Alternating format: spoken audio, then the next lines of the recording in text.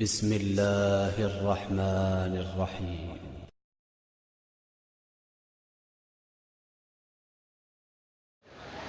قرآن مجید لفظی رعایت کو بہت زیادہ اہمیت دیتا ہے۔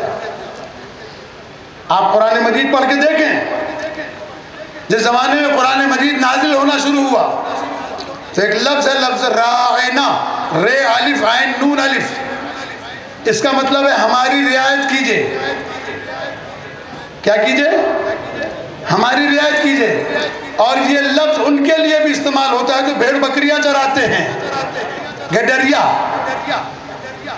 لہذا یہودی رائنا کا لفظ استعمال کر کے پیغمبر اکرم صلی اللہ علیہ وآلہ وسلم کی توہین کرتے تھے۔ اللہ نے قرآن میں آیت نازل کی کہ آج کے بعد رائنا نہ کہنا، تو پیغمبر سے گفتگو کرو تو کہو فانظرنا، ہماری طرف نگاہ کیجئے، انظرنا۔ یہ لفظ استعمال کیا کیوں؟ رائنا میں کیا خرابی تھی؟ اللہ کہتے تو کہنے دو۔ کہا نہیں، وہ لفظ مجھے برداشت نہیں جس سے میرے نبی کی توہین کا پہلو نکلتا ہو۔ آپ میرے ساتھ چلیے تو میں آپ کے توجہ رکھیے گا۔ اللہ نہیں چاہتا کہ وہ لفظ جس سے نبی کریم صلی اللہ علیہ وآلہ وسلم کی توہین کا پہلو نکلتا ہو، وہ لفظ استعمال کیا جائے۔ لفظ امیر المومنین کس کے لیے استعمال ہوتا ہے؟ میں شیعوں کی بات کر رہا ہوں، صرف شیعوں کی۔ کس کے لیے استعمال ہوتا ہے؟ علی علیہ السلام کے لیے۔ اچھا، باقی 11 اماموں کے لیے آپ استعمال کر سکتے ہیں یہ لفظ؟ نہیں کر سکتے، حرام ہے۔ حالانکہ وہ 11 کے 11 امیر المومنین ہیں۔ توجہ رکھیے گا، احترام امیر المومنین میں یہ لفظ باقی 11 اماموں کے لیے منع ہے کہ فقط امیر المومنین کا جب لفظ استعمال ہوگا تو اس سے مراد علی ابن ابی طالب علیہ السلام کی ذات ہوگی۔ باقی 11 امام اس سے مراد نہیں لیے جا سکتے۔ 11 اماموں کے لیے نہیں بولا جا سکتا، ہیں لیکن نہیں بولا جا سکتا۔ 3 لفظ ہم بولتے ہیں، ہم، نعت، منقبت۔ معنی کیا ہے؟ تینوں لفظوں کی معنی کیا ہے؟ تعریف، ثنا۔ جی، یہی تینوں کی معنی یہی ہے، ثنا اور تعریف کے۔ اگر میں کہوں آپ کے سامنے کہ میں اللہ کی منقبت سنانا چاہتا ہوں، کیوں نہیں ہو سکتا بھائی؟ معنی تو تعریف کے ہیں۔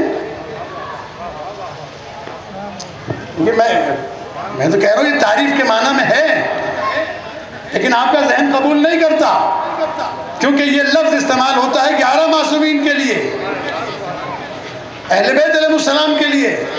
اچھا، میں کہوں اللہ کی نعت پڑھنا چاہتا ہوں، لوگ اعتراض کریں؟ سمجھ میں آ رہی ہے نا میری باتیں آپ کو؟ لیکن میں بڑی آہستہ آہستہ آپ کو سمجھانا چاہتا ہوں۔ کیوں نہیں استعمال ہو سکتا لفظ نعت؟ امیر المومنین نے نہج البلاغہ میں لفظ نعت اللہ کے لیے استعمال کیا، ولا نعت موجود، اس کے لیے وہ لفظ تعریف کے موجود ہی نہیں ہے کہ جس سے اس کی تعریف کی جائے۔ لفظ نعت امیر المومنین نے نہج البلاغہ میں استعمال کیا، پھر بھی آپ کہتے ہیں کہ نہیں استعمال ہو سکتا۔ کیوں؟ اس لیے کہ لفظ نعت وضع ہوا ہے اور ہمارے ذہنوں میں بیٹھا ہوا ہے کہ جب نعت کا لفظ آئے گا تو پیغمبر کی ثنا ہوگی، منقبت کا لفظ آئے گا تو آل محمد کی ثنا ہوگی۔ اچھا، میں علی علیہ السلام کی حمد کرنا چاہتا ہوں، میں پیغمبر کی حمد کرنا چاہتا ہوں۔